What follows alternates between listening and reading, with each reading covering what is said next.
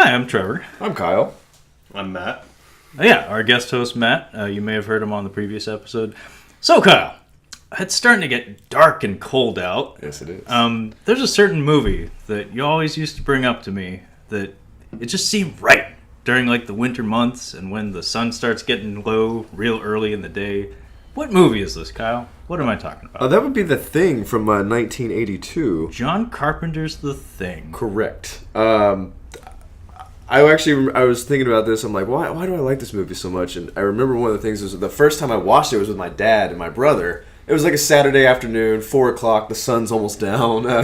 Sun's getting real low. Sun's getting real low. Dead of winter, and I'm from Indiana, so it was really snowy. Mm-hmm. And we had never seen it before. And our dad, who I'm finding out is a huge sci-fi fan. I just watched Wrath of Khan The Wrath of Khan with him, the original. Oh, how sweet! Yeah, right.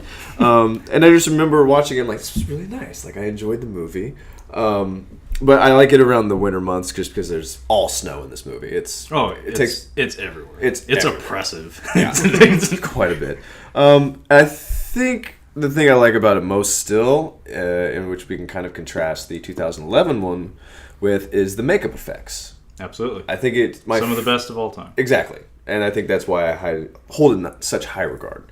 We're going to kind of jump back and forth between the 82 and 2011, if I'm not mistaken. Yeah, these days it's kind of hard to talk about the 82 one like as a singular entity. Like, there's that baggage that's like, it's like talking about Total Recall, and then that asshole, that asshole in the back has to throw that out there. It's like, oh, did you know that they remade that? Same with RoboCop. It's like, oh, are you talking about the remake? I think the Total Recall was done in 2011 as well, if I'm not mistaken. I feel like that was the era when they were trying to remake everything from childhood to... I've heard a movie critic, who his theory is they're just taking the top 10 box office smashes from just decades before and like, remake it. We're just going to do it again. Well, from what I understand, it's you look at people our age now have kids, and in order to show some of these movies to your kids without them thinking it's boring and cheesy, you got to step it up, throw in some effects, clean it up, make the people prettier. Mm. So I think it's a lot of that too. Is they're viewing it where put a woman in the movie. Yeah. Well, because you look at it, it's like we're in a time now where attention spans are a hell of a lot shorter. Mm-hmm. So not everyone's going to go with that droning bass line of the original one and the long intro of just a dog running in the snow. Like, not every kid's going to be down with that. Some of them, they just need to be thrust right into the shit and go. Yeah, absolutely. No, I mean, it's funny because the biggest difference between the 2011 and the 1982 thing, to me, is the texture of it. Mm-hmm. Like, the 82 one, like, every shot, every example of lighting in the film is heavily considered and distinct. Whereas this new one, it's like everything is competent. Mm-hmm. Like, everything's slick and actually decently well produced. It's just flat as all hell, and it just has no soul. Well, like I said, I haven't seen the 2000 or the remake, or is it a? Can we call it Thing 2? Yeah. So, no, I'm damn it, I'm putting my foot down. This has been bugging me for a really long time. So imagine you have a DVD shelf. I have one. I'm looking right at it. He does. I don't have the thing on there, unfortunately. So. Sorry. The nice, yeah. Probably shouldn't have said that. Yeah. So, the 1982 thing, the John Carpenter thing, is actually a remake of a 1950s sci-fi film called The Thing from Another World. So that right there, that's two movies that if you were a Thing fanatic, you would have on your shelf. So you'd have The Thing, but if it was alphabetized, it would be before The Thing from Another World, because it's got all those extra words. Mm-hmm. But then the 2011 The Thing is also called The Thing, but it's not a remake. It's actually a prequel, but it bears the same title as the movie that it precedes chronologically, but it was made 30 years after. So when you're trying to arrange this shit on your shelf, it's like, they both have the same title, but this one took place before this one, but this one was made after this one. I think it's just enough to drive you insane. You take the first two, you put the oldest one first, and you put The Thing, and then you take the 2011 one, and you put it in a drawer that you eventually take to Goodwill, because you're probably going to watch it one time, and that's about it. That's fair. And actually, but I'm glad you brought up the remake, The Thing from Another World, because that was one of the things that stood out to me with the prequel, was they introduced some elements from that. Yes. That I actually felt like I really enjoyed the John Carpenter thing for not featuring. Mm-hmm. Things like the spaceship. Things like, we're just going to keep saying thing over and over, aren't we? So I've been calling the 2011 one the thing before the thing, but thing 2, I think I'm going to call it thing 2. Let's call it the thing 2. Yeah. So my issue with Thing 2 is it introduces things that were in the original film, Thing from Another World, like a spaceship, to introduce this creature. One of the things I enjoy so much about The Thing is that it's a true fucking horror movie where it doesn't give a shit about establishing where this thing came from. It doesn't give a shit what its intentions are. It gives no fucks about any of that. All it is survive in the fucking snow and hope you don't get eaten, See, the cut I watched last night, there is a spaceship. Yeah, there is a spaceship. And they find a spaceship. Yeah, no, there is a spaceship, but they don't really do anything with it. No. It's just there. We don't explore the ship. Okay. We see the ship. So We see the matte painting that represents the ship, Now, in but we didn't have the money to actually go inside. in 2011, are we going in the ship? I don't even remember that. Oh yeah, we're going in. That's how it begins, actually. That's Yeah. how they discover the ship. Yeah. Okay. So I just want to talk about something real quick before we get into the thing further. I don't know if you've read it. I know you haven't. At the Mountains of Madness by H.P. Lovecraft. I have not. No. It's a novella. It's very short, and it's a horror story about a team that are doing scientific research in Antarctica, which was not really popular at the time because this was written like 1934. Sure. An expedition to Antarctica is an expedition. Like that's Chance of you coming back, you need to make sure you write your will out before you go. it was like climbing Everest basically. Like you might come back. I mean, chances of living past 30, It's like, But reading, I'd seen the thing first, and then I read At the Mountains of Madness, and I'm like, wow, a lot of the imagery I'm getting from this book, I'm seeing in this film. Mm-hmm. And there's actually certain shots, like when they find the UFO, there's similar, they're in a helicopter when they go find the UFO. Something similar happens at the Mountains of Madness, where they're actually, basically they see something out in the snow. Okay. I don't think... I can imagine that John Carpenter did read the movie, and there probably is some inspiration from that, but I don't feel like it's supposed to be the story at the Mountains of Madness. But I want to ask you guys something about the creature in the 2011. Now, Thing 2. I seem to remember it being kind of tentacly, like more I wouldn't say what the original Thing. Oh gosh. Oh. Thing 1, Thing 2. Think your Dr. Seuss. Okay. And Thing 1, there is like a ropey tentacle-like thing that it has. But, sinewy, veins almost. But I feel like Thing 2, it's more squid-like.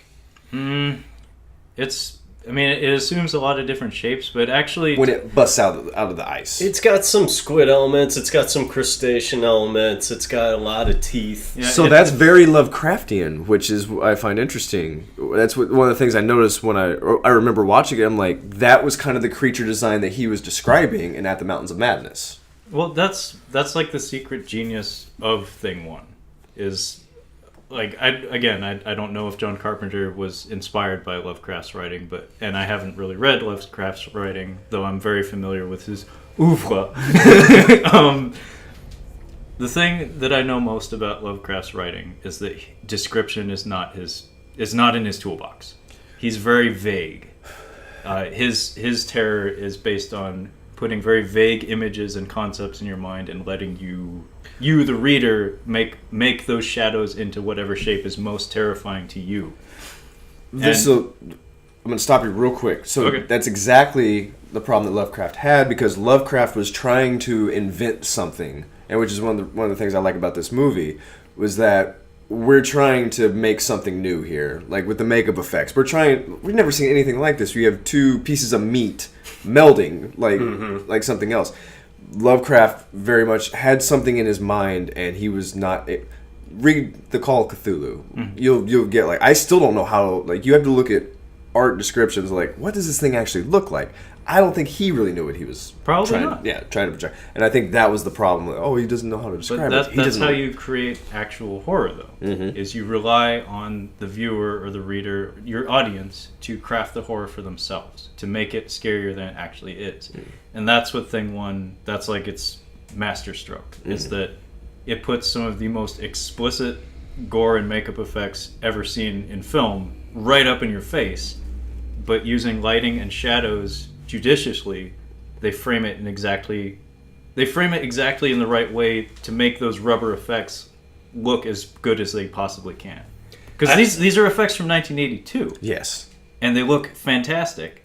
Still. And they are put right up in front of the camera, but done in such a way that they maximize showing you as little as they can, but getting the most effect out of it. No, my first impression of The Thing was actually a book on makeup effects in our local library that I would go in. It was one of those things. Actually, it was a library in our grade school.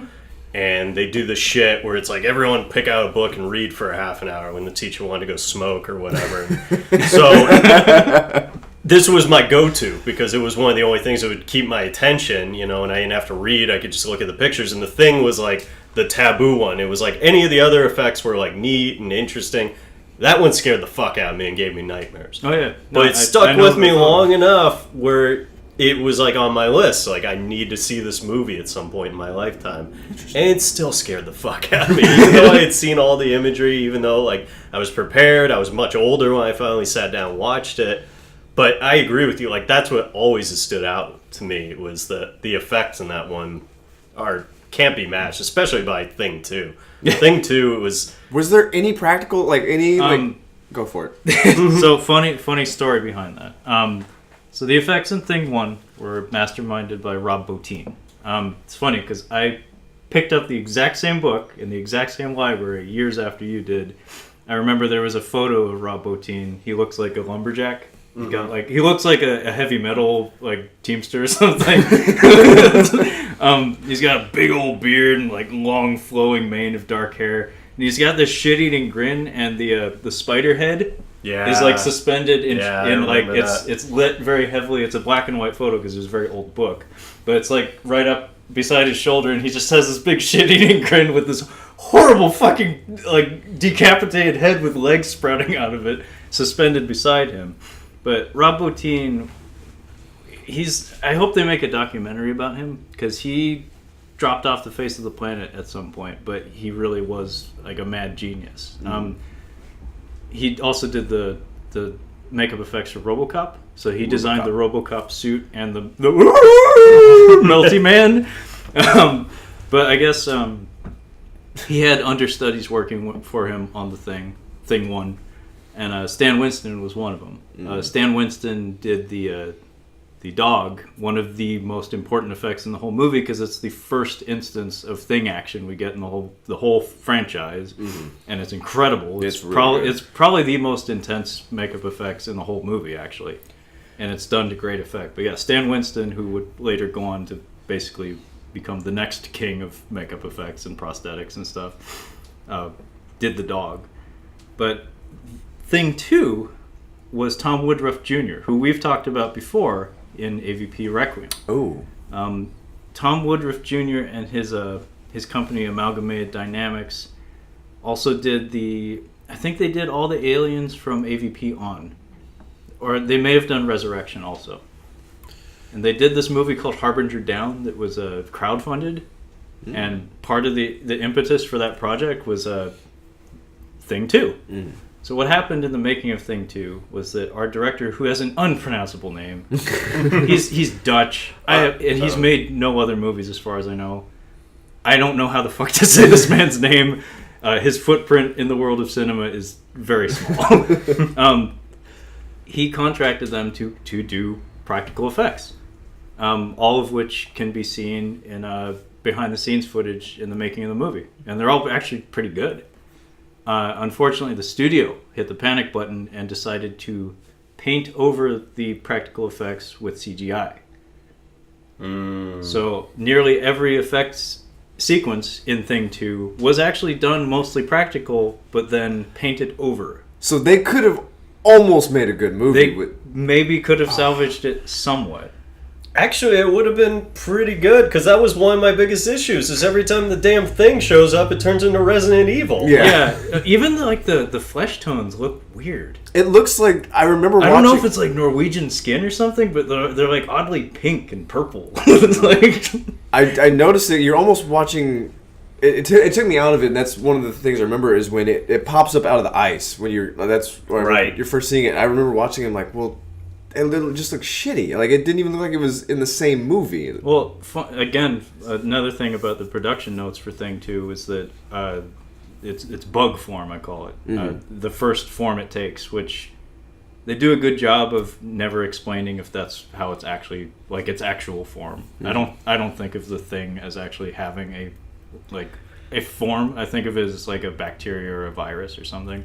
Anyway, the bug was never actually supposed to be on screen. It was supposed to be shown in silhouette. See, that was like my biggest criticism of Thing 2. Like, I already have an issue with it being a prequel that doesn't do anything. Yeah. Because it's essentially a remake in a lot of ways. Like, there's too many sequences that just mirror famous sequences that even occur the cast. I don't believe you. White guy with beard with black friend I don't in a believe it. Norwegian camp. I don't believe and it. he's the pilot. I don't believe it's a prequel. I think you're still lying to me. Like, it's a remake. I mean, really, but like one of my biggest criticisms outside of the effects, because the effects was the biggest thing that took me out of it, but also I felt like it was trying to check off all these things that were just not necessary to make a great horror film. Going back, like, you're right, maybe there was a sequence where they show a ship in the John Carpenter thing, Yeah, they do. but it's such an afterthought thing that I've forgotten about it. It's like 2 shots. yeah, versus in Thing 2, like, it's the end climax is the thing trying to get in its ship and do God knows what. Well, Why does this thing need to even, like, escape? Why does it care? Like, part of the scariest part of the John Carpenter one is you really don't know what its intent is, and you don't have time to think about it, again, because you're stuck in this fucked up, like, horrible ice fortress, and, you know, they don't have time to even think that far ahead. Well, even the way the thing, like, how it actually takes over people, like, you have to, if you're gonna include the UFO in there, you're gonna have to explain, well, how do these things actually fly this thing? Because this is a really odd creature. Well, I think John Carpenter mentioned, like, again, he was very wise to keep everything vague, and so, like, the canon of the Thing movie is very vague, intentionally so, and it makes it better.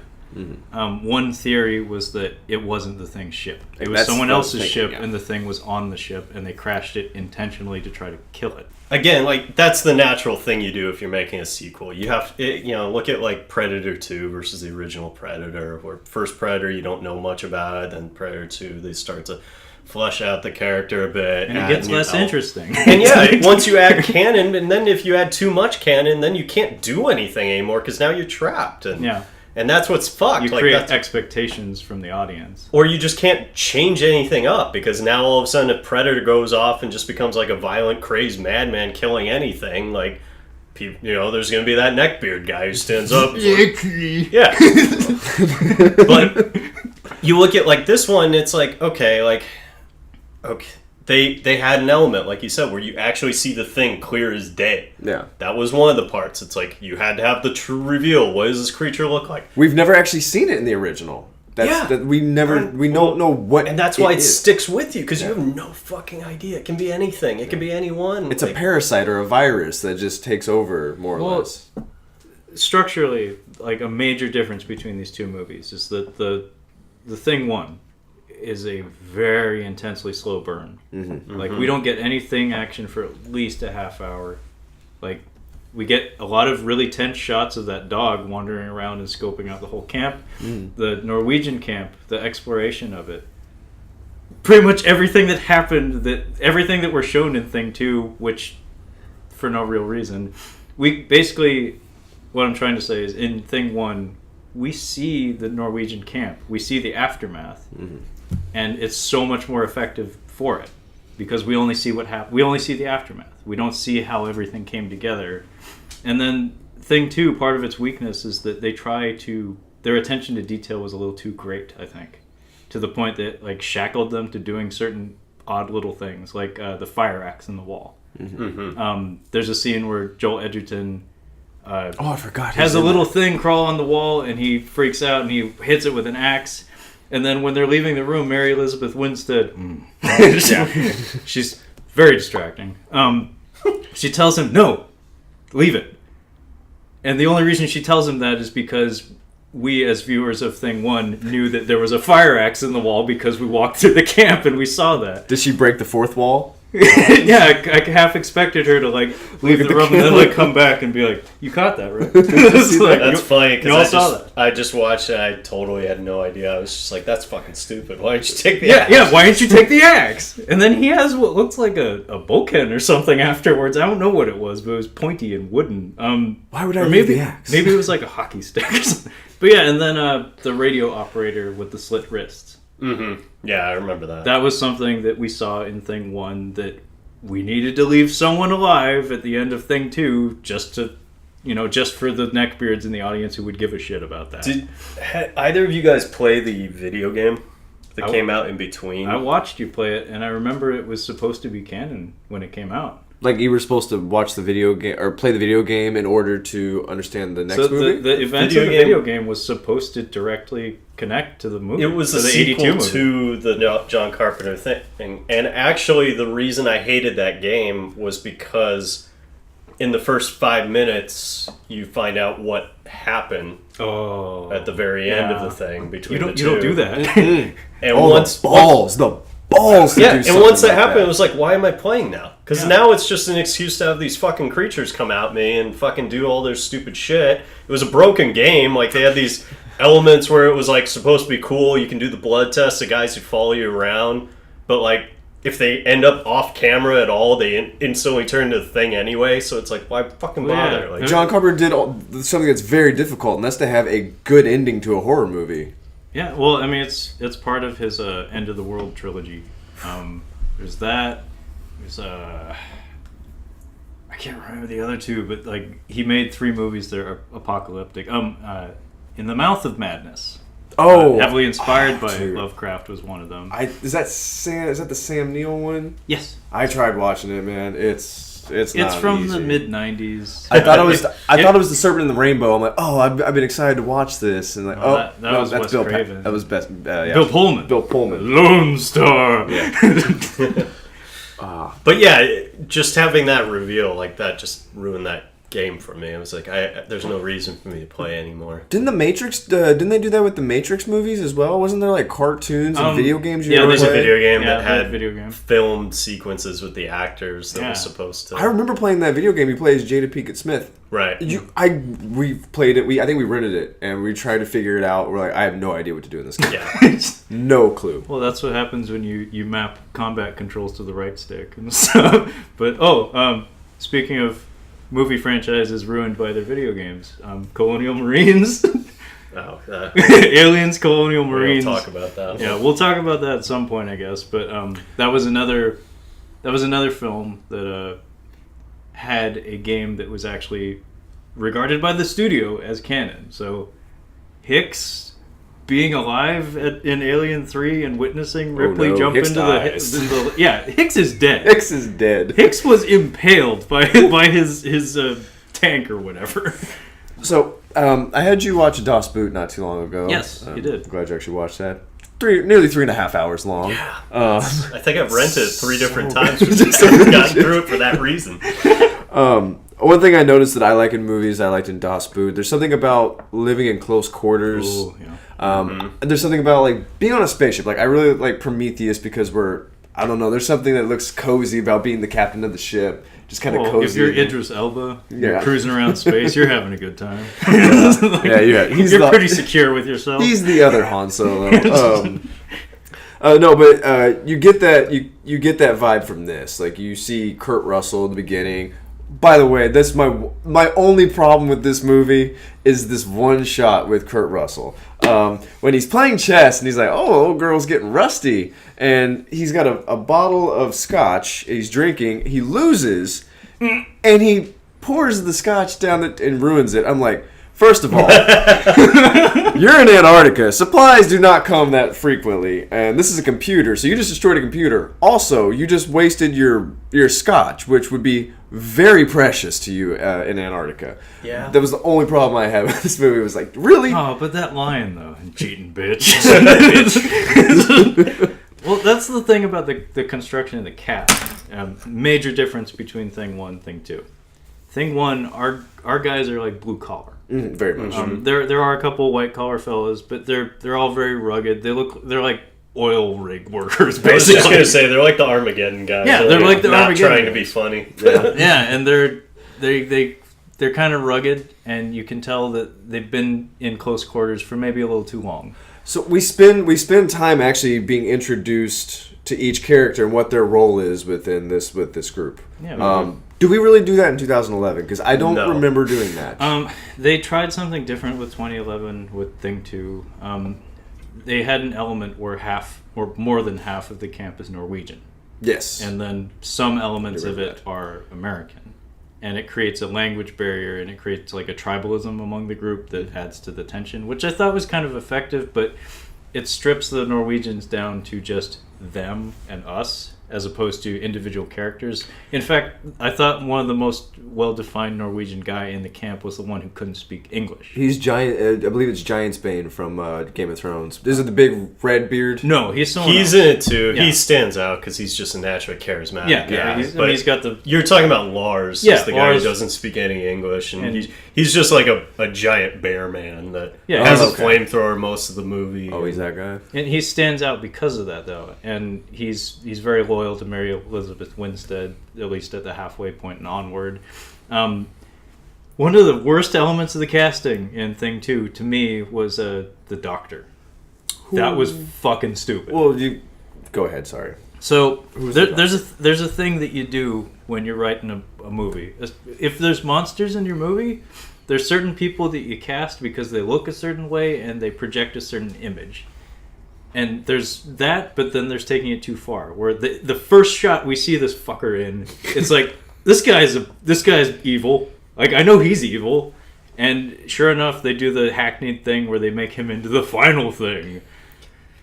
Yeah, he kind of looks like an fucked up Daniel Craig. Yeah, Like but the he's- second he walks into the frame, I'm like, he's evil. bad. Yeah. and he's also the only character that's actually kind of sexist. Yeah, Because that's one of the things I'd say that Thing 2 did well with, like, and usually I'm kind of, like, annoyed when it's like, okay, let's add these characters to broaden our audience, you know, where the original Thing is all a bunch of white dudes for the most part stuck in the snow. I was saying, like, I think the diversity in Thing was actually pretty good, yeah. It was. considering the setting. I'm I'm comparing the yeah, two. and I think it was great, especially considering it's a 1982 film. exactly. I'm talking Keith when David. My Keith David. Like, yeah. But then when you compare it to the 2011 one, it's like all of a sudden we had women, and it's like, okay.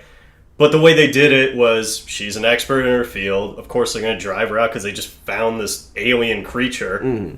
Okay. And everyone respects her, minus the one asshole. Like, Yeah, well- and that was another one where it's kind of the emphasis, like, okay, he's the prick. Like, It was you know. really weird because, like, structurally, the Thing 1, we start off with the dog, and there's this weird tension because we have a helicopter chasing this dog. We don't know what's going on. It's immediately a horror film. Thing 2, though, it starts out like Jurassic Park. We even have like a whimsical helicopter ride to the site and everything. It has like this sense of adventure to it. So it's like Yahoo! it feels Yahoo. It's true. It feels like a more, I guess, like everything about Thing 2 feels more like a conventional horror film. Where like there's even scenes of the monster like stalking around the camp and like going after people and stuff. Whereas Thing 1, it ambushes them, but we never really see it moving around the camp. It's just, it pops out when it pops out, and then it's gone, or it's dead. I want to talk about the scarier elements, like the actual, like, how we're using the makeup effects to actually make something scary. And there's one that stood out this last time I watched that I want to bring up. But before I do that, I want to ask you about the music, because you've actually gotten me listening to the score a bit more. Good for you. I think it's really important. I see where you're coming from now. And the composer for this was Ennio Morricone. correct. He did the music for Hateful Eight and The Untouchables. Those were the two noteworthy. Untouchables. He's done the good, the bad, and the ugly. These are the all things. the spaghetti West. He's one of the greatest composers to ever live. These are the two that I knew. He is a legend. Yeah. Like, I was saying, it's really good, and this was one of the times it actually stood out. Orca is one of my favorite soundtracks. Orca. It's not a very good movie, but I love the music from that movie. It's so beautiful. But funny you should mention that. This movie got a Thing 1. Got a Razzie for its score. Are you kidding me? I'm not. Like, the movie was not well reviewed, and the score in particular got a Razzie. Well, it's got Kurt Russell. I mean, that's not what you want to see Kurt Russell. I think just maybe the critics weren't ready for that level. Like, because when you think of jumping levels in terms of, like, explicit makeup effects and gore, it's ahead of its time. It's like, I wasn't expecting that. Yeah. Like, because, like you said, some of these images are things that you need to be a little off kilter to just imagine, let alone physically craft. Yeah. Like, physically, not dream up in your computer or whatever, or draw on a piece of paper, but like sculpt with clay and rubber and stuff. But yeah, the score, Matt mentioned that dum dum dum dum, that theme is haunting and beautiful. It's and very terrifying. And I think it's brilliant. They call back to it mostly just at the end of Thing 2. It's in the credits, which bleeds into the really it's whole. It's the Rogue One of Prequel. Literally is. It's Rogue One in the end credits where it shows Lars. Actually, there's a scene where you thought he got killed, and in actuality he was attacked, and they just took his flamethrower. Someone needed to live. Yeah. So at the end, it shows that he survived, and a helicopter comes back, and he runs out to it because a dog takes off running, and then he yells at the helicopter pilot, "We need to go kill that." Oh, I remember that. And that's why the beginning of the Thing. So it bleeds directly into the beginning of Rogue Thing. One did it better. But if you remove that part, like, it's literal. It could just be a sequel, and you would be none the wiser. Lars rolls up with a red lightsaber and starts hacking up things in the wilderness. Yeah. But yeah, that was like one of those little details that's like, I don't know if I needed that, because even those scenes, there's a front credits to the movie where it keeps continually cutting back and forth between credits and imagery. But before that, the last shot is Mary Elizabeth Winstead in the Arctic cat or whatever, just sighing. And we don't even know what fuck happened to her. I'm guessing she froze to death. Yeah, that's what I'm guessing. Maybe they were planning on making a Thing 3 where she rolls up to the camp and it's like, "Hey, Kurt Russell and Keith David, I'm here to save you." Well, I mean, they said there was like a Russian camp not too far from there. So, well, the idea that John Carpenter, well, actually, I think this was the Dutch guy who came up with this, was the idea was that the spaceship did not belong to the Thing. It belonged to a separate alien species that got infested with the Thing, and in desperation crashed their ship to try to kill themselves and the Thing and eradicate the threat. And then that leads to the Norwegian camp situation, which leads to the American camp situation. So the idea is it's this endless cycle of people trying to exterminate this thing that can't ever completely be stamped out. I think that's why Wilford Brimley was going nuts. It wanted to be us. I think that, like, I was watching him like, what's he melting down for? I'm like, I think he realizes what's happening. He's like, we have to stop this thing, and we cannot let anybody come find us. No, right. I actually really liked his character. Thing 2 kind of ruined him for me though, because of that symmetry. That obnoxious fucking symmetry where it's like, hey, we had a doctor guy go nuts in Thing 1. We should have that happen in Thing 2 also. It's like, no, you shouldn't. No, you shouldn't have a white bearded guy with his black buddy who happens to be a helicopter pilot also be in a separate camp next door. That's so convenient. So what does Doctor 2 bring to the table in this? Does he have that? He's just evil. He's the prick that... It's the classic mad scientist. Like, he's the prick that wants to take the sample of the tissue, and then he's the one that refuses to let them, like, just kill it initially. He wants to, like... He wants to study preserve it. He wants to clean it. He wants to do the... examination on it after. I want to make money off of this. Yeah, well, if he was serious about that, he wouldn't have brought an American with him. He's Paul Reiser. He would have found somebody... 2. He would have found somebody... Yeah, he's the Paul Reiser.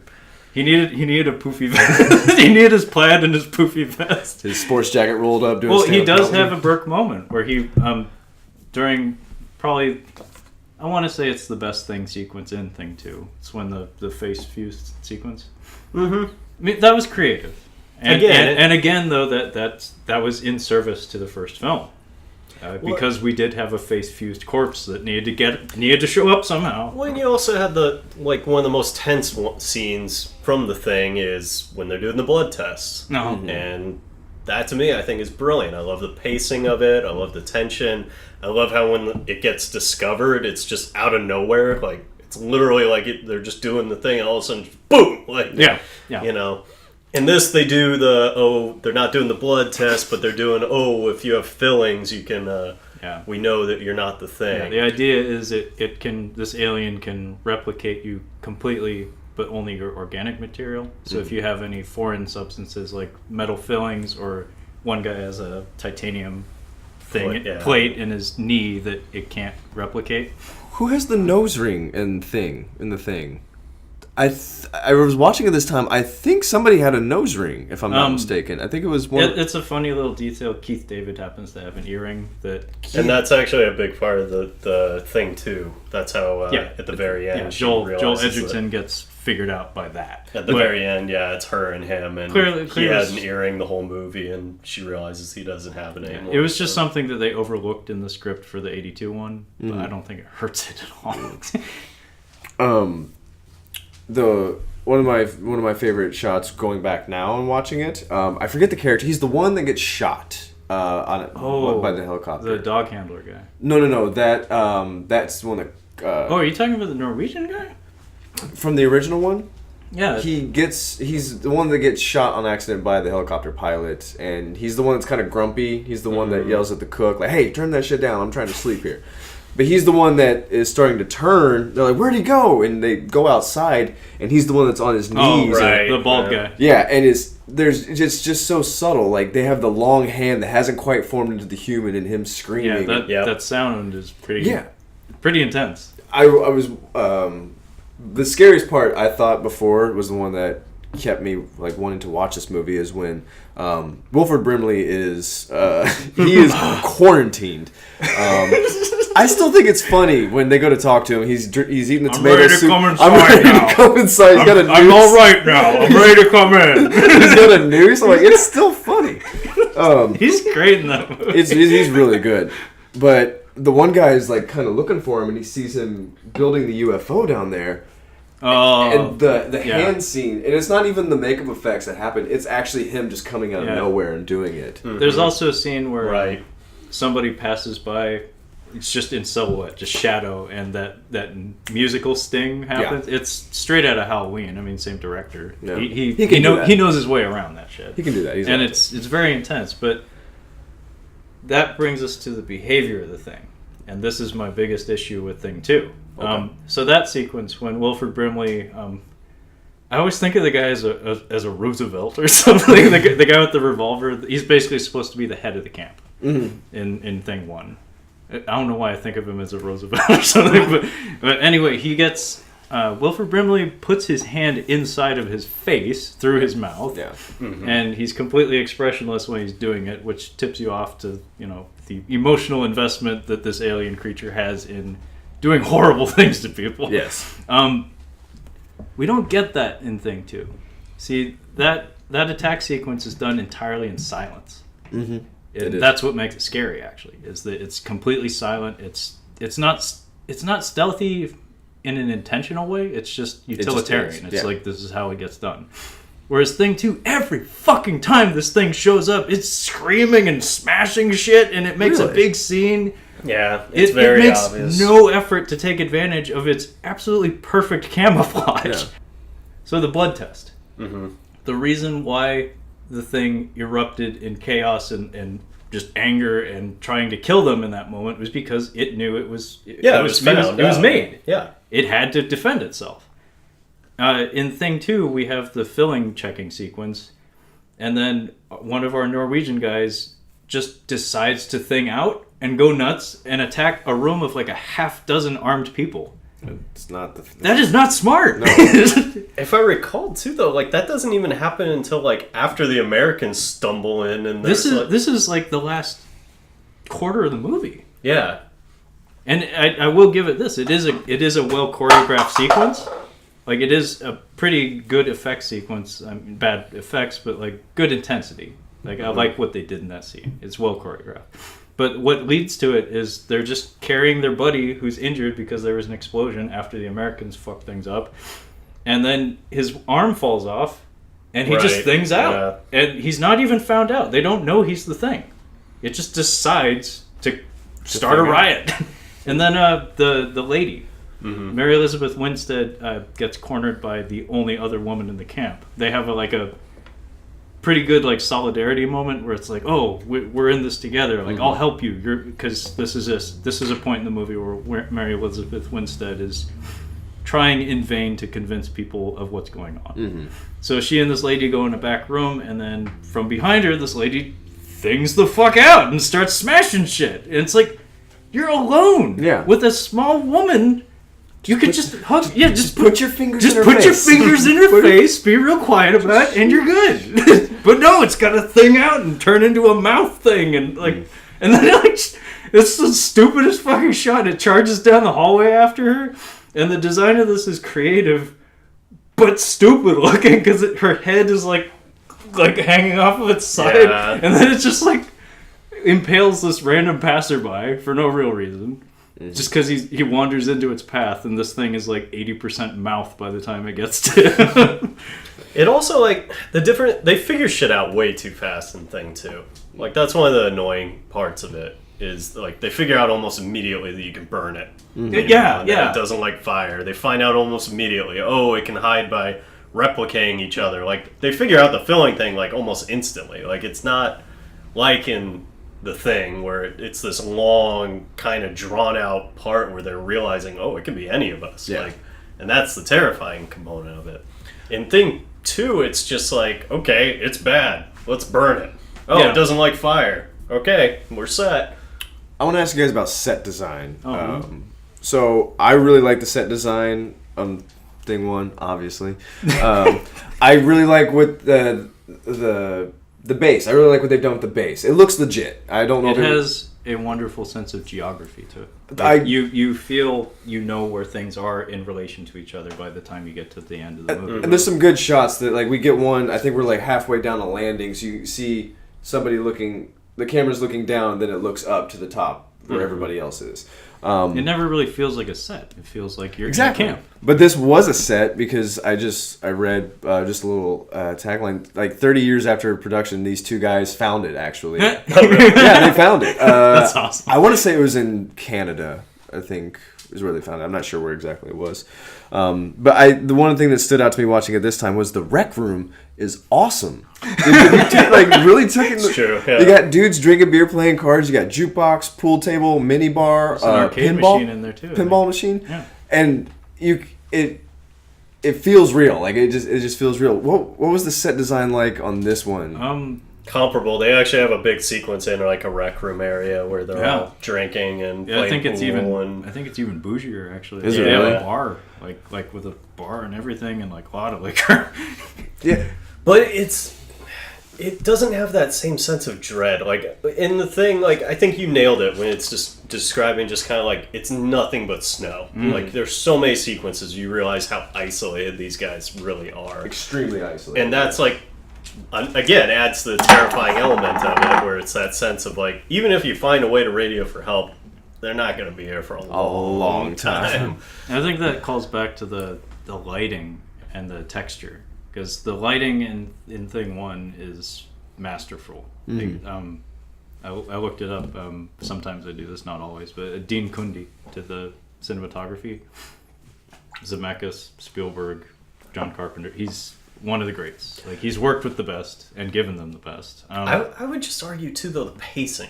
It's a different era of filmmaking too, where like you mentioned Das Boot, and it's like that's from an even older era where it's 3.5 hour long movie. But sometimes it's important to have those long drawn out shots that kind of show mundane behavior, just show. I mean, the tension before the dog sequence in The Thing, because it's so long for it to actually come at you. Or the blood test that's why it jumps out at you, because it takes so long for them to get to it, and it's so slow each vial Versus in Thing 2, it's literally, okay, open your mouth. All right, you're good. Next. All right, you're good. Well, one thing about Das Boot is it's a movie that's super long, but you don't really realize it until you realize you have to pee, and you're like, oh my gosh, you were only 2 hours in. I didn't realize it. And I actually, one of the movies I'd like to do is The Ninth Gate, which is around 2 hours, it's over 2 hours long. And really, honestly, not a lot happens in that movie, but you don't really feel the time pass. And the same with The Thing, it's not long, it's not super long, but you don't feel the time pass. Whereas I'm assuming in Thing 2011, you could kind of like, okay, let's kind of speed this up. You can practically time it. It's like, okay, it's been 6 minutes since something jumped out and killed somebody. Like, it's just like not even like, how would you put it? Like, it feels fixed. Like that's exactly what it was. And put it this way, I was watching it with my wife. She's fallen asleep partway through it. That's not good. And she's at that stage where it's like, is she gonna finish or is she just gonna go to bed? She's like, how long is left? And I was like, half an hour. Throw a number out there. Yeah. Go and check. It's exactly like 32 minutes. And the only way was because I watch enough shitty movies to have just a concept of like, okay, there's 6 more victims. It's going to take about X amount of time for him to kill these, and there will probably be 2 left. Well, it's the slasher movie egg timer. Yeah. The old school slasher movies like from the 80s. There was almost like a mandate from the studio that somebody got to die every 10 minutes or there got to be boobs. It's like one or the other every 10 minutes. Carpenter actually defied that. He did boobs first, and somebody died within the first 5 minutes. He was before that. He was like he was the classy grandpa who got the ball rolling and then is like, oh shit, what are the kids doing to my masterpiece? But yeah, the thing 2 is very much on the slasher movie egg timer, where it feels very formulaic, I guess. Mm-hmm. And like I said, even the behavior of the thing, like we get generic like monster movie behavior from this thing that Thing 1 didn't have because it was creating the path as it laid it out in front of itself. Like it's a very uniquely structured movie in a lot of ways. I guess what I'm getting at is like I don't know what makes Thing 1 with its like you said slow start. How is that more engaging than I'm assuming a little bit more action? I think a lot of it has to do with the dog sequence. Okay. So the first half hour of the movie is all just tension building. We don't know what the fuck is going on. We know there's an alien spaceship. We still haven't seen an alien. We know something horrific happened to the neighboring camp, but we've only seen the aftermath. And then we see this dog stalking around, and we know that someone was shooting at it. Mm-hmm. So we're creating all these shadows. We're creating all these ghosts and shadows in our own mind before we get to see anything horrific in this movie. And when it finally happens, it fucking happens. Yeah, like it does. That dog sequence is incredible. Yeah, it is really good. And it's very upfront. Like they make the most of that moment where it's kind of like the big reveal of Jaws, where it's like they needed that one shot of the shark breaking the surface, and then the chief rearing back and realizing we're going to need a bigger boat. We are going to need a bigger boat. They knocked it out of the park, and what's most important about the initial attack sequence of any monster movie is that it sets the stakes. It's like with Deep Rising. We got to see a man melted in front of our eyes, but we didn't really get to see that throughout the rest of the movie. No. But that was the first one, and that sets the tone. That creates those shadows in our mind, and it makes the violence more intense, even if it's not on the screen, because we're projecting onto it. Okay, well maybe... So what's keeping us, if you're watching the thing for the first time, that's what's keeping you engaged, is you're trying to figure out what this is. Well, yeah. But I'm saying, going back and rewatching it, it's just as engaging for me. And I think a lot of it has to do with the characters. I could, they all have every single guy is so distinct. And very true. That's something that's lacking in Thing 2. Oh. So maybe character development is just not there. Well, and it's not even development; it's just quality of performance. Like there's the amount of dialogue in Thing 1 is minimal, especially in the early goings. But we learned so much about these characters just by watching them in their relaxed mood. And I think that sense of like they're isolated. They're like brothers. They've all had to work around each other. They've all been sleeping in the same quarters. They've all been just... And they're all tired and surly. These guys are actually different. I'm gonna we have a scene in Thing 2 where they're all dancing and singing and jolly and stuff. Whereas Thing 1, I think they're like overdue or something for rotation. Like they're tired. They're clearly just over it in general. I was, as you know, in the Navy, so I've spent time in close quarters with people, and I got the sense, it's actually funny, I saw a couch in their rec room. I'm like, we had the exact same couch. We had the exact same thing.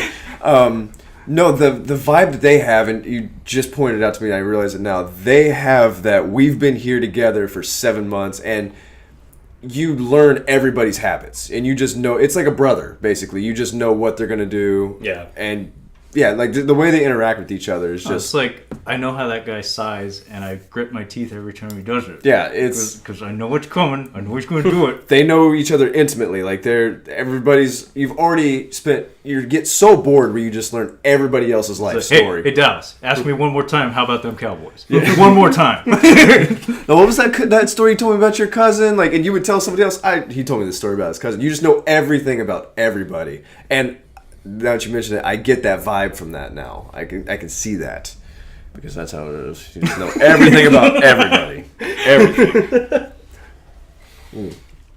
Oh, but yeah. No, I mean, that's a huge part of it. Thing two, like I said, too, they're just too competent and have no personality. Like, they figure out almost immediately, how do we fight this thing?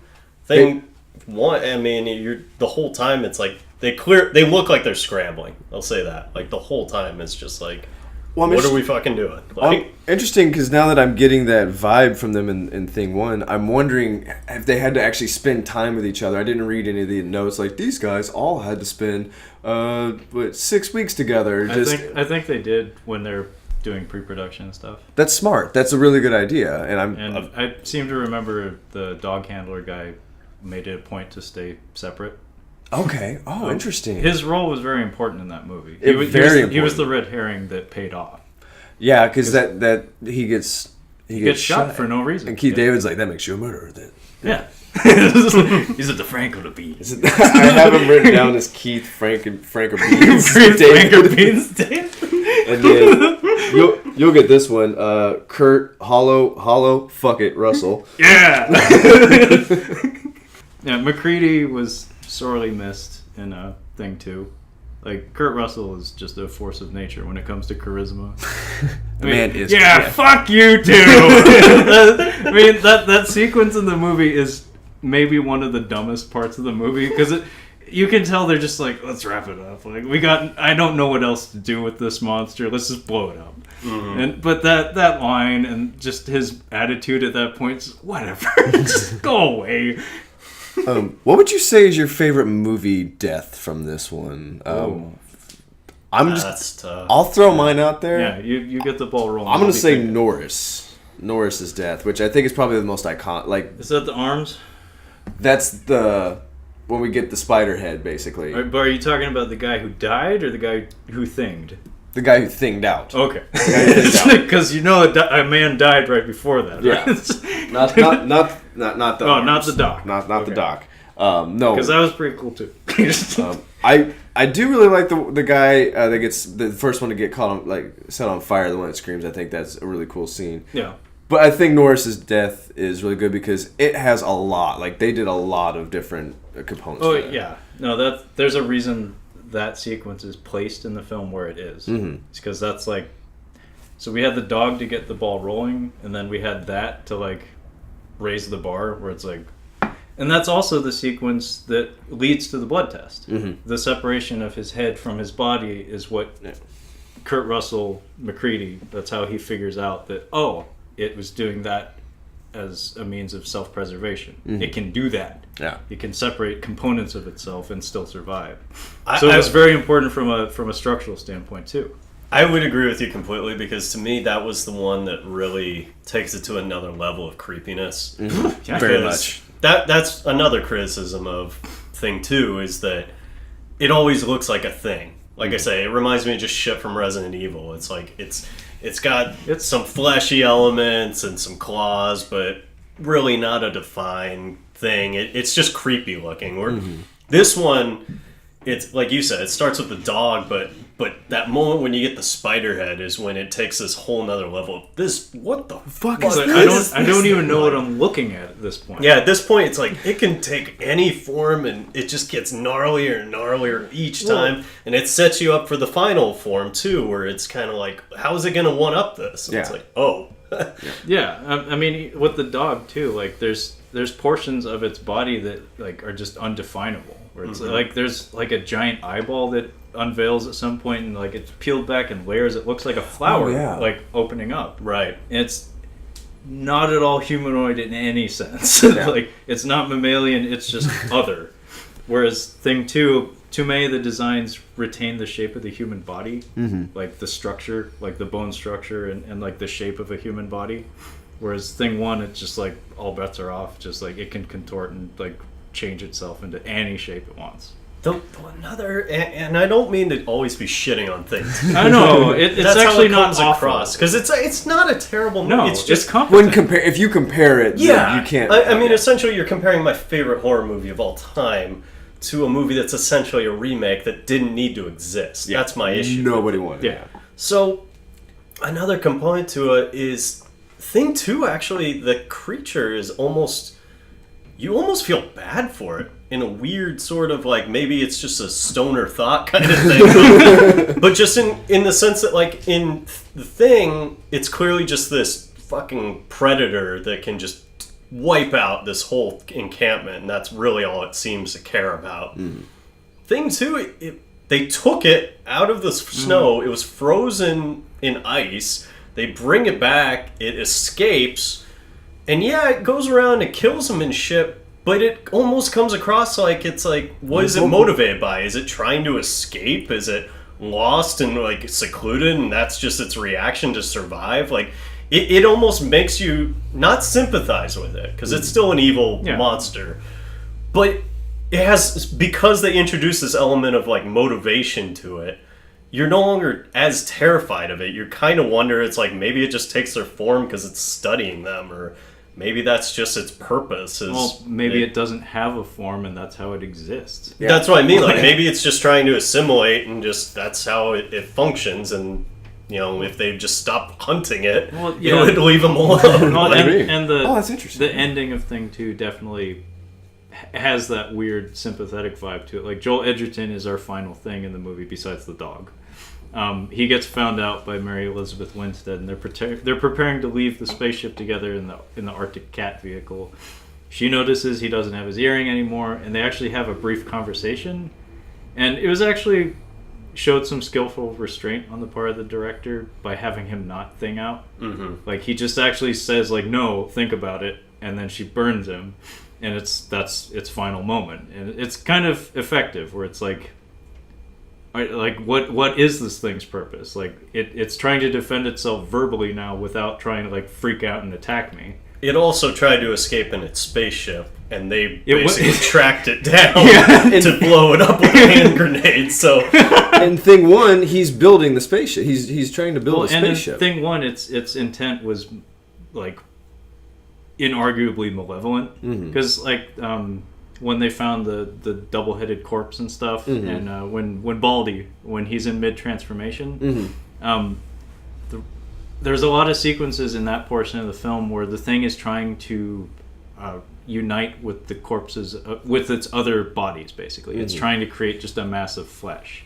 It's never allowed to do that until the end of the film, where we get the giant thing.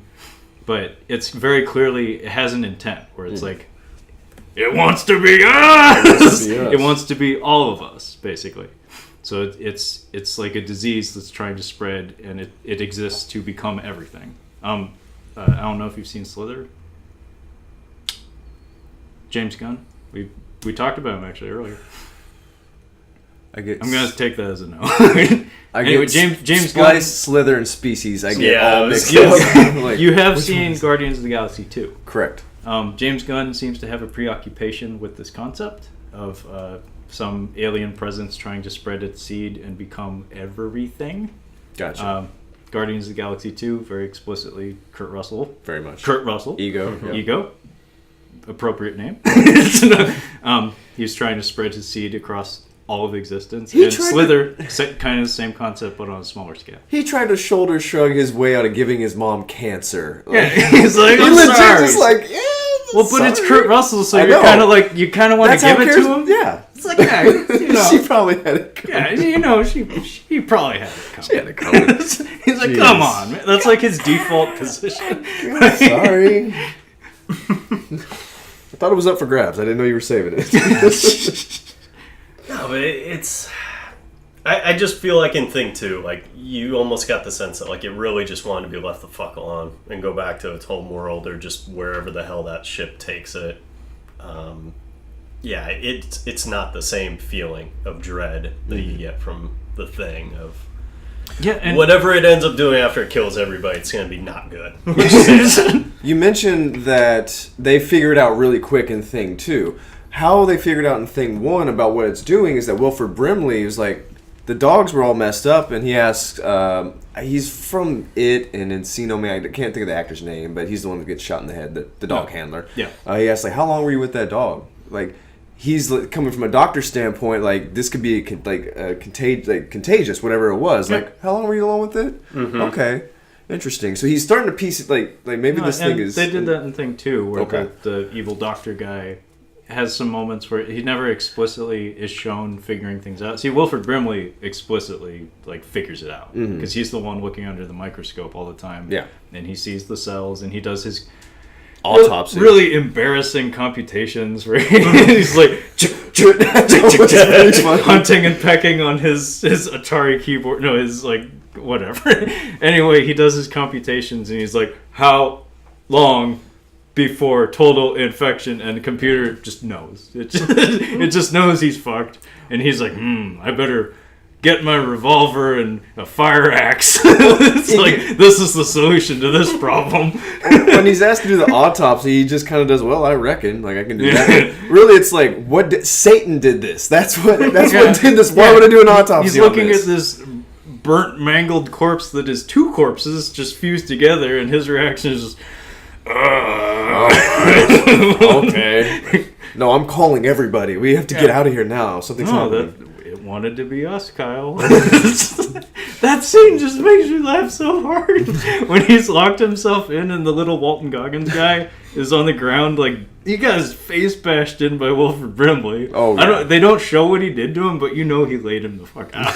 Like, he knows how to put his weight behind him. Yeah. He's got himself locked in the control room. He's like smashing the radio and just ranting. And then Kurt Russell runs in with a table. That was a good move. That was a smart move. And then he gives him the overhand right in the corner. Yeah. Like, he beat the shit out of that old man. Stop it, old man.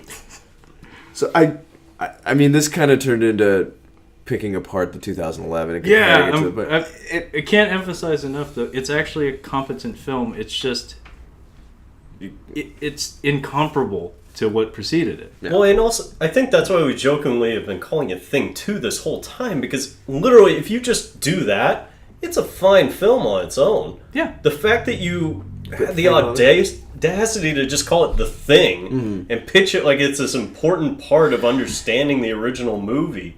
Like it's fucked. There's too many there's too many conveniences in the story. Like, I can't emphasize enough. White American guy with a beard who is a pilot with his black footing identical to the other camp many miles away. Oh yeah, and they also get lost in the woods, or they get lost in the snow and come back. Just like McCready did. Yeah. It's like it's just too many instances where it's winking at you seemingly because it feels like it's obligated to. I mean, if you untethered it from the baggage of that first film, it would be fine. That's my thought about Hannibal Rising, which I think is an okay movie. I don't think it needs to be tied in with Hannibal Lecter at all. Like, it could stand alone as just a cannibal, like this dude who's a cannibal. You might even like it better if you remove that component. Exactly. Just make it absolutely a serial killer movie rather than a prequel. One of the sequences in the Thing 2, actually, that really killed it for me. Now, going back to when you were describing the set design, the thing that took me out of it was there's a sequence where I forget her name in it. Mary Elizabeth Winstead. There you go. Kate, I think. Scott Pilgrim. She's from Scott Pilgrim. That's all. Mary Elizabeth Winstead. Yeah, Mary Elizabeth. Mary Elizabeth. Well, there's a sequence when the helicopter takes off immediately after they first have encountered the thing. And she realizes that it's still alive, and she runs out to go flag it down to keep them from flying off. And she runs out, and she's literally in a sweater and jeans. Yeah. In the middle of Antarctica. Yeah. Incorrect. And she's just standing there she's out there for like 20 minutes, just like waving in this helicopter. And like to the point where like Joel Edgerton like even like acknowledged her. He's like, hey, she's waving at us. Maybe we should land. Like it's a long sequence of her just standing there. And even when they end up, the things out and they crash, she's still out there. She's not reacting to the cold at all. And that was one of the things where, again, the isolation factor of the thing, where it's like you realize it's like you can only be outside. Yeah. He says it's 40 below out there. Get your cold gear on. You can't run away from this damn thing. You try to run, you're gonna die within minutes. Like that's not something they address in 2011. The second thing. This, like, she literally just is standing out there watching this helicopter. She must have not been listening to her survival thing. If you wave your hands, that means I don't need help. You're supposed to stand still like this. Yes, land. I need you to land. Right. Well, yeah. No. She glossed over that. Apparently. Those guidelines on the set of Thing 1 were important. Because it was like, if you let go of that, you're going to be lost. Because it's nothing but just you're snowballing. And that's what was terrifying. It's like, even to get to point A to point B, it's every like, time they went outside. Versus in this one, they just kind of run from encampment to, like, barracks to barracks, just kind of like, oh, we need supplies, we need bullets, let's run over here. And it's like, you never see, most of the time they're all wearing like sweaters and jeans. Like, yeah, there's a lot of scenes of them just like running around outdoors, not really doing much. Like they're just kind of milling about. There's only a couple of sequences where they're really like bundled up and there's repetition in the script of a storm coming. Yeah. Oh, we gotta hurry up because there's a storm coming. But when it comes, it doesn't really feel like an element. Like, especially from a visual standpoint, like it feels like, oh, it's just dark. Like, I don't see any howling wind or like any danger, or it's like, oh, we can't go outside, we'll get blown over. It's just safer. Like it doesn't have that sense of dread and that sense of isolation that the first one definitely had. Yeah, but I think that adds to it. It's like that concept where it's like you don't have the luxury of even trying to just make a break for it. Well, like, I mean, because you will die from the elements. Yeah. Thing 1, I mean, I think it's appropriate that it's part of something that the director thinks of as an apocalypse trilogy. Because by the time you get to the end of that story, there is potential for it to be just that. Yeah. Potential. Yeah, I'm gonna say they died. I think they froze to death. I mean, there was still fire, but he even says this is gonna burn out pretty soon. Like, yeah, don't they reveal who was the thing in, the game? In the video game, it's Kurt Russell. Oh, goddamn. Yeah, no, it's like literally the first thing you encounter is Keith David's corpse, like just sitting there where they were sitting. And well, hang on, I thought McCready came back at the end of the game. Like, was it a double switch or something? Jeez. Possibly. I mean, there's G-Men in that game too, so it's just like whatever. We're off the rails. I guess, like, going back and talking about it now, I guess the attention to detail is what to take away from the thing. From every standpoint. Like, the actual story to makeup effects, like, and just the little things like that. Like, it's 40 below. Like, there's, like, a storm coming where we can't be out here for very long. And it adds the sense that it's hopeless, almost. I think that, and also just, we touched on it, but just having having a unique creative concept of this alien that John Carpenter, it's all his, versus now a second person coming in and trying to draw from the canon that's been established. And not rip off. And honestly, probably respecting it too much to the point where they don't want to really change much. They want it to be respectable and honor the original, but it doesn't work. We know that from watching like the Predator movies and the Alien movies. It's like you can only dole out the same shit. At a certain point, you got to just do something completely fucking different. Otherwise, it's boring. Like, and this was kind of boring. I mean, because it was so similar. One of the key phrases I keep rolling over in my mind when it comes to covering these franchise movies, like these endless sequels that we've been getting in recent years, is it fails to justify its existence. I'm very lenient when it comes to watching bad films. Like, I can get value. The Dark Backward. We found value somehow. Yeah, we got value out of The Dark Backward. nothing but trouble. I got something out of that. I got some pretty awesome sets and designs and stuff. I can stomach bad films. It's not a big deal to me. Mm-hmm. What I have issue with is a story that fails to justify its existence. And that's exactly what Thing 2 suffers from, is that everything we needed to know about the Norwegian camp was shown to us in its aftermath in the first half hour of Thing 1. Mm-hmm. And showing me the details of all that, added nothing. In fact, it detracted in a lot of ways. And I would argue that, like we touched on it, but the whole reason these movies exist is to introduce it to a newer generation. Absolutely. That has a shorter attention span, needs things to be not as dark. They don't like shadows. They don't like ominous soundtracks. They like it to be very obvious. You know, I get it. But all I was going to say is just that, like, with this one, I feel like I could scare the fuck out of a kid still if I sat him down and show him the original. And that's the thing. Horror movies are typically targeted towards teenagers. That's the horror genre. And I think you say that this movie didn't do well, and I think that's why. Is because this probably wasn't marketed to that age group. Thing 1 is not a movie that you take a gal to if you want to get in her pants. This was probably marketed like Lincoln. Like, this is for dads. This is a dad movie. Like, oh, Kurt Russell's in a movie in Antarctica. It's some man shit. Let's go watch this. What the fuck? That wasn't supposed to happen. Of all the movies that made the rounds on like Joe Bob Briggs and like TNT and stuff in the evening hours, The Thing was the one that, like, it was like that book. It was like when you're young and this movie comes on, you have this like double thought pattern going on at the same time where it's like, oh, I want to watch The Thing, but then you're like, oh god, I'm not going to be able to sleep. It's like, I gotta pee. Like right when the defib sequence is happening. Oh no, I gotta go to the bathroom now. It's like the dog starts barking and you're just like, I gotta go. But that's, I guess, like, I think The Thing will always be my favorite horror movie because it's still scary. Yeah, absolutely. It still makes me uneasy. Like, even I can't watch it alone. I can't watch it in the dark. Like, no, I watch it with my analytical mindset, like looking at the special effects, as works of art, and I still get uneasy looking at some of these shots. Where it's just like, fuck. It's like, that's the one that got me this time was him on the ground with the long hair. Like, fuck. Well, the sound design in that part was really good. But I will say this: the worst effect shot in the whole movie, if you ask me, is when the Walton Goggins guy gets clamped on the sides of the head. So after the blood test, when the one guy springs up from the couch that they're tied to, and his head splits, and he bites the Walton Goggins guy, there is a shot of a dummy. Oh yes.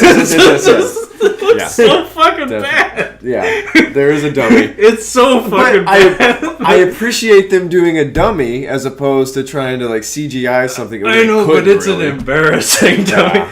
And then he like smashes through the 2-inch, 1-inch wall, like thick plywood wall that's supposed to be Arctic insulated. There's a stunt shot from Lethal Weapon 1 that always cracks me up when I see it. When he's trying to talk the dude off the roof. Yeah. And he's finally like, do you really want to jump? And he's just like, we're fine, jumping. So they're handcuffed together at this point. What happens is it breaks off because it's just a piece of rubber or something, and then they hold hands on the way down, and you watch them do it. It breaks off, and then they grab hands and fall. And it's like, oh fuck, we only got enough money to do this once. Yeah, it was. I still laugh when oh man, you couldn't do it again. You couldn't try to do that again at all. Yeah, no, and that's something that you don't get with the special effects with computers. I would rather have that. That's well, it reeks of just like, let's put cool shit up on the screen. Whereas The Thing, it's there with intent. It's like every shot had to be carefully choreographed and measured, otherwise it would look like shit.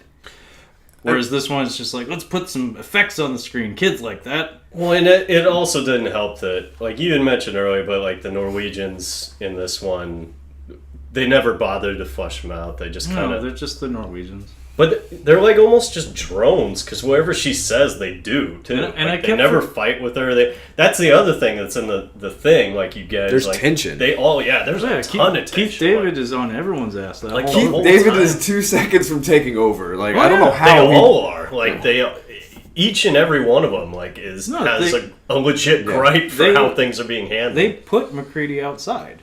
Oh yeah, they do. I forgot about that. They put him outside. I forgot they put him outside. Whereas stupid fucking helicopter crash. Another instance of Thing 2 just like going ape shit for no real reason.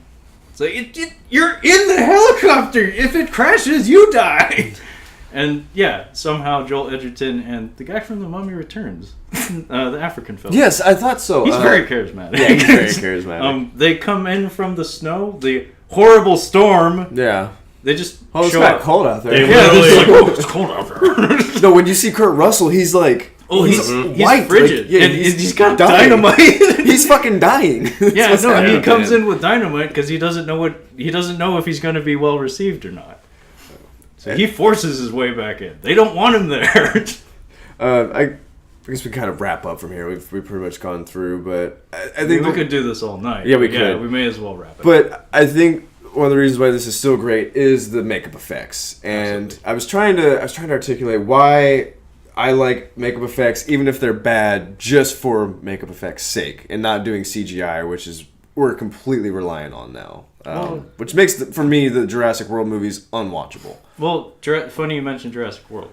They did the same special effects techniques that they did in Thing 2, where there actually were dinosaur props, dinosaur animatronics that were built for that film. You don't see them because they're covered in CGI paint. So, like, when Chris Pratt is doing his stuff with the raptor and stuff, when he's, like, touching its head, there's an actual prop there that's detailed and looks like a raptor head, but it doesn't make it to the screen. I think it becomes an issue, like, obviously, when you got people with money making decisions, especially when they've paid a lot of money to hold a CGI company on retainer, they're going to use it. But in addition to that, too, since it's a new technology, there's also that secondary part that, like, we don't understand because we don't run these circles with these wealthy folk, that there is a dick measuring component where, I mean, seriously, where it's like it looks better, yeah. They have private awards for, like, best, like, creature effect and they have all these banquets where you get acknowledged for paying the money to have these things. Or you have, like, the Michael Bay Transformers. Oh, we had the biggest fucking dynamite explosion ever. Yeah. It was a terrible movie, but we have the record for 1 month on Guinness Book of World Records for biggest explosion. Only to be topped the next year by the same guy. I'll blame Peter Jackson. I'll just go ahead and throw it out there. The Lord of the Rings movies, I think I'm just going to blame him. Like, oh, you can totally win awards and make $1 billion off doing all CGI. I'm like, Hey. No, I'm going to stop you. Go for it. That's actually the secret brilliance of those movies. No. Go. I'm not knocking him. I'm a huge LTO. Zip. Go for it. Zip. The neckbeard activates. It had to happen at some point. And what's funny is I don't even like Lord of the Rings. Oh my gosh. I mean, I'll say that right now. I don't even really like those movies at all. Thank God we don't have a social media presence. Woo, buddy. Or But- anybody listening. But you are very wrong, is what I need to stop you for. All right, go for it. The Lord of the Rings movies, what makes them precious as film artifacts is that every trick in the book was used in them. Camera trickery was used, just like lensing and prop building and careful blocking of acting performances was used to create the height discrepancy between the hobbits and the humans. Tons of miniature work. They didn't go so far as to use like stop motion and stuff, but when you look at Dead Alive, think of the wide range of special effects they used in that movie. They used the same like foreshortening technique for the giant mom at the end. Yeah. That wasn't a giant Oh prop. yeah, I know. You can absolutely tell. Yeah. So it's kind of the same thing with Thing 1. There's like one shot of stop motion in the movie. It's kind of nuts. Like, whereas now it's like everything's mostly CGI. But no, the Lord of the Rings movies, they did everything. I'm saying there was a lot of CGI. There was a lot of CGI. I would agree. The one argument I would say is just the fact that they filmed so much on location, and there were so many shots of them just walking in New Zealand or where. The ones I would argue that fucked it all up are the Marvel films, because now you've created a thing because it's so CGI reliant, where these actors who are usually busy, and a lot of actors fuck things up because of their schedules. Like, look at Mission Impossible with Henry Cavill or what? The must. Oh yeah, You brought it up. The digital mustache, but that Yeah. was because like he was committed to Mission Impossible, and they wouldn't let him shave to do Superman and Dawn of Justice or whatever. Justice League. Justice League. But my point is that like Marvel has created this thing where everything's green screen now. So these guys it's like, oh, are you free for an hour on this day? Yeah. Cool. Now we just got Benedict Cumberbatch. He just filmed all his sequences in front of this green screen, and now we let the nerds fucking create this background. Yeah, I mean, that whole airport sequence in Civil War, I want to say most of those actors were not in the same room with each other during their respective scenes. But that's what I'm saying is compare that to The Thing, where it's a bunch of guys thrown together in an encampment in a cold part of Canada. Yeah. And of course they're going to develop these... And those Marvel movies are developed on a schedule. So it's like, CGI is faster. Like, you can fake your way through shitty shots. And it doesn't help that they've adapted all the characters to essentially be heightened exaggerations of said actors. Yeah, so the physics of these characters don't need to be realistic, so the care in animating them doesn't necessarily have to be or even just the acting. I was saying, like, Tony Stark is just it's a voiceover with us. It's not actually acting, it's just a guy being himself. Yeah. But Henry Cavill, you had something you wanted to say about him. Yeah, I know you don't watch it. I was going to, maybe Matt watch it. Do you watch Archer by any chance?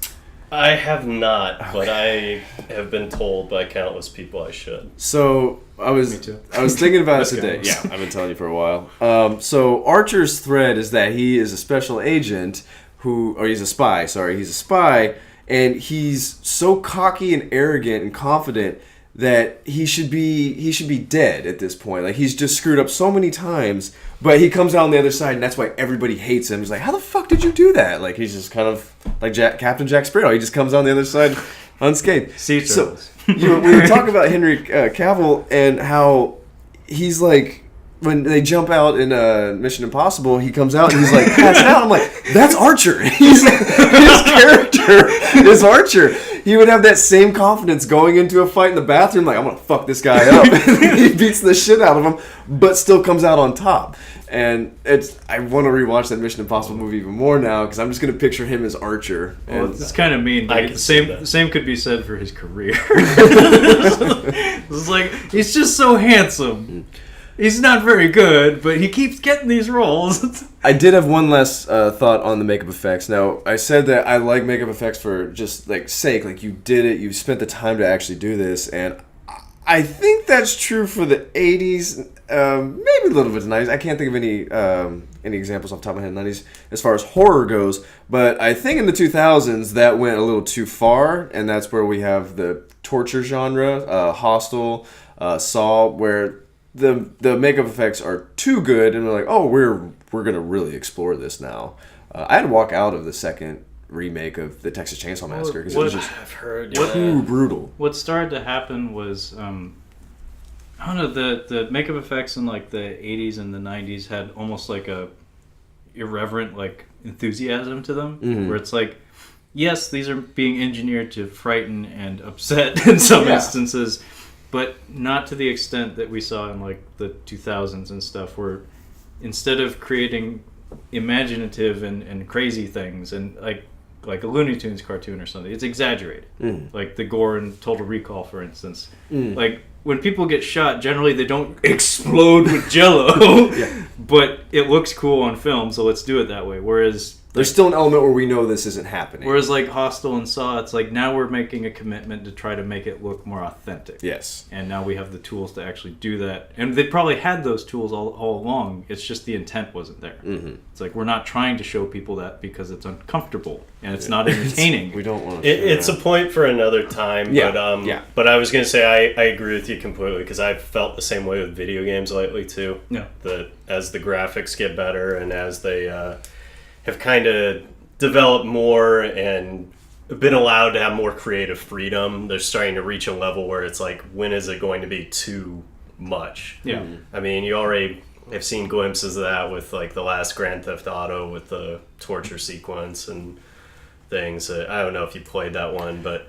there was a big controversial sequence that you can't skip, where you literally have to torture a guy. Oh, really? And it's like Reservoir Dogs. For Grand Theft Auto? Yeah, it's like Reservoir Dogs level. Eesh. You literally cut them up, you light them on fire, and you can't you have to do every part of it.